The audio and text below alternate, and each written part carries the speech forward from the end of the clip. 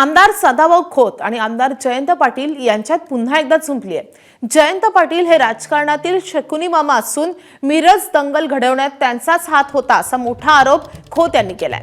जयंत पाटील यांनी खोतांच्या टीकेला उत्तर देत 137 मतांनी निवडून आलेले किती जोरात बोलतात बघू, आपण सगळं प्रत्युत्तर दिलंय असं म्हणत जयंत पाटलांनी आता सदाभाऊ खोत यांना प्रत्युत्तर दिलंय। त्यामुळे जयंत पाटील आणि सदाभाऊ खोत यांच्यामध्ये आता चांगलीच चुंबली आहे।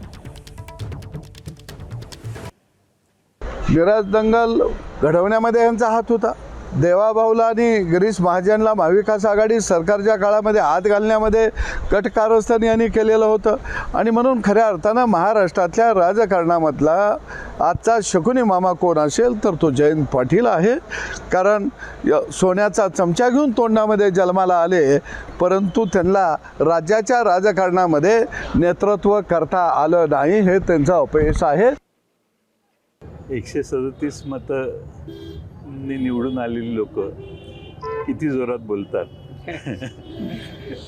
बघू आपण। एबीपी माझा, उघडा डोळे बघा नीट।